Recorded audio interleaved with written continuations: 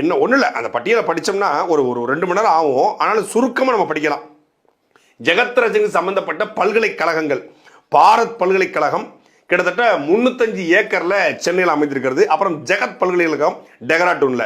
ஜெகத்ராஜன் சம்பந்தப்பட்ட மருத்துவ கல்லூரிகள், பாரத் மருத்துவக் கல்லூரி சென்னை, பாலாஜி மருத்துவக் கல்லூரி சென்னை, தாகூர் மருத்துவக் கல்லூரி சென்னை, லட்சுமி நாராயணா மருத்துவக் கல்லூரி புதுச்சேரி, அதே போல பாரத் பல் மருத்துவக் கல்லூரி சென்னை, பாலாஜி மருத்துவக் கல்லூரி சென்னை, தாகூர் பல் மருத்துவக் கல்லூரி சென்னை. அப்புறம் பொறியியல் கல்லூரிகள் ஒரு 12.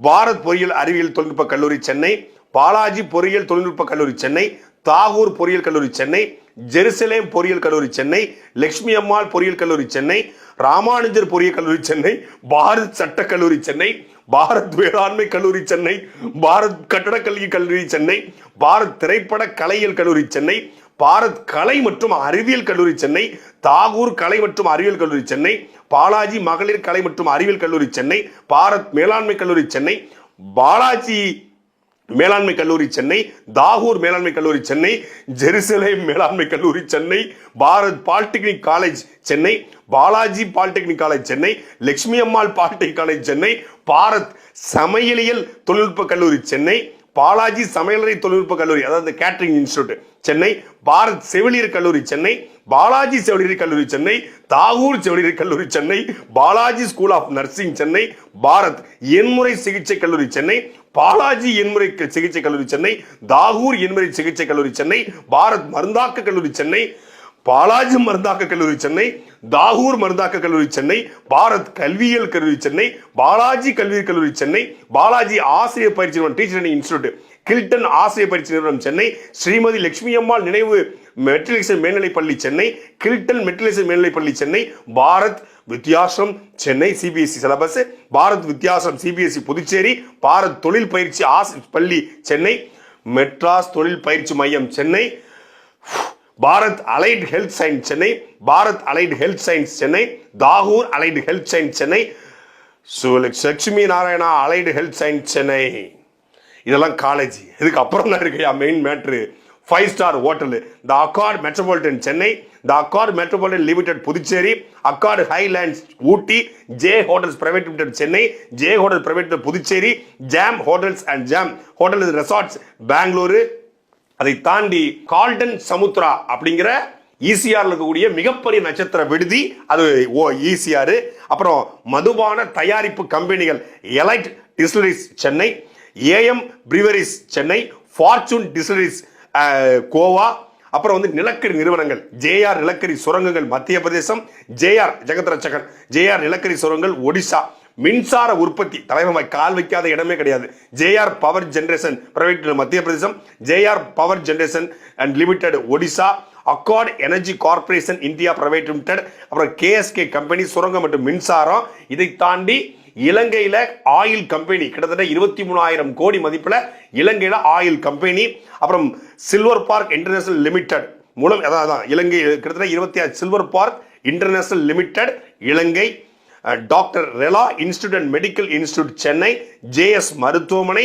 அது மட்டும் இல்லாம சென்னை, திருவள்ளூர், காஞ்சிபுரம் பகுதியில் இருக்கக்கூடிய தொழிற்சாலைகள், the Chrome Leather .com limited, Jagat enterprises limited, premium leather corporation, Accord Life limited, Accord mineral water, Accord agro spirits, Accord platinum tyres, Accord man power securities, அது கூட விடல. அப்புறம் ஜன்மா பவர், ரெமிஃபை solutions, JR gold kingdom private limited. அப்புறம் கல்யாண மண்டபம், சாமி கண்ணு கவுண்டர், லட்சுமி அம்மாள் திருமண மாளிகை விழுப்புரம். ஒரு 5 நிமிஷம் பிரேக் கொடுங்கப்பா, கட் பண்ணுங்கப்பா. ஏப்பா எப்படியாப்பா ஒரு மனுஷன். ஐயா ஜெகத்ரட்சகன் அவர்களே, உங்க பாதம் இருக்கும் திசை நோக்கி கும்பிடுகிறோம். இப்படியெல்லாம் 10 ஆண்டு காலத்தை சம்பாதிப்பது எப்படி என்று எங்களுக்கும் கற்றுக் கொடுத்தா நாங்களும் கத்துக்கிட்டு 4 கடையை போடுவோம். ஐயா 1990 சாதாரண சட்டமன்ற உறுப்பினராக அதிமுகவில் நுழைகிறாரு. அப்புறம் 1980 சட்டமன்ற உறுப்பினர் நுழைகிறாரு. 1984 88 வரைக்கும் அதிமுக ஆட்சி காலத்தில் பாராளுமன்ற உறுப்பினர் இருக்காரு.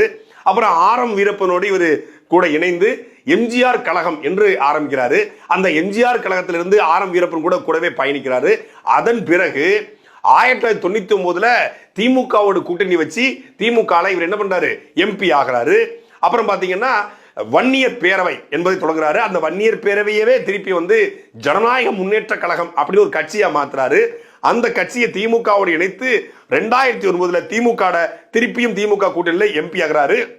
எம்பியா மாறி அப்போது மத்திய இணையமைச்சர் பதவி கொடுக்கப்படுகிறது.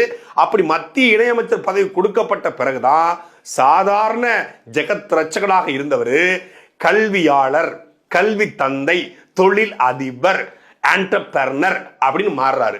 அப்ப இந்த 2009க்கு பிறகு இவ்வளவு பெரிய மாற்றங்கள் வந்தது எப்படி? அந்த 2009 இருந்த பாராளுமன்ற உறுப்பினர்கள்ல மத்திய அமைச்சர்கள்ல அதிகமாக சொத்து சேர்த்தார் என்ற குற்றச்சாட்டும், மருத்துவ கல்லூரி கட்டுவதற்கு முறைகேடாக பணமும் கொடுத்தார் என்ற குற்றச்சாட்டும் இவர் மேல இருக்கு. இவர் வீட்டுக்கு ரைடு வருது இது முதல் முறை கிடையாது. ஏற்கனவே 2020 வருமானத்துக்கு அதிகமாக சொத்து சேர்த்தல், சட்டவிரோத பணப்பரிமாற்றம், இந்த குற்றச்சாட்டு அடிப்படையில் 89 கோடியே 90 லட்சம் ரூபாயை அமலாக்கத்துறை அமைக்கிருக்காங்க. ஹோல்டு பண்ணிருக்காங்க, முடக்கியிருக்காங்க. அப்போ இது 2வது முறை ரைடு தான். இதுவரைக்கும் பல்வேறு குற்றச்சாட்டுகள் இவர் மீது வைக்கப்பட்டிருக்கிறது. இவர் நேரடியாகவோ மறைமுகமாகவோ திமுகவுடைய தலைமை குடும்பத்துடைய பினாமி என்கிற குற்றச்சாட்டு இவர் மீது இருக்கிறது. ஏன்னா 2009 வரைக்குமே இவருக்கு பெரிய கல்வி நிறுவனங்களோ இல்ல பெரிய பெரிய ஹோட்டல்ஸோ இருந்தது கிடையாது.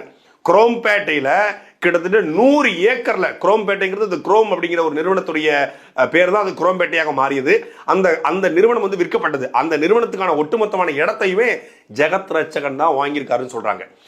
அந்த இடத்துல தான் இவருடைய பாலாஜி மருத்துவக் கல்லூரி, பாலாஜி டெண்டல் காலேஜ், அப்புறம் ஸ்கூலு, மற்ற எல்லா காலேஜுமே அந்த கேம்பஸ்குள்ள தான் வருது. பல்வேறு நிறுவனங்கள் புதுச்சேரியில பல்வேறு நிறுவனங்கள் இருக்கிறது, அரக்கோணத்துல பல்வேறு நிறுவனங்கள் இருக்குது, விழுப்புரத்துல, சென்னையில பல்வேறு இடம். ஒரு சென்னையில மட்டும் வீடு மட்டுமே 56 வீடு இருக்குன்னு சொல்லி ஜெகத் ரட்சகன் இருப்பதாக இன்னைக்கு வருமானத்துறை அதிகாரிகள் சொல்றாங்க. வருமானத்துறை அதிகாரிகள் வந்து முழுமையா ரெய்டு நடத்தணும்னா குறைந்தபட்சம் ஜெகத் ரட்சகனுக்கு சம்பந்தப்பட்ட இடங்கள்ல முழுமையா நடத்தி முடிக்கணும்னா 6 மாசம் இங்கே தங்கணும்ன்றாங்க. இப்ப நம்ம ஊர்ல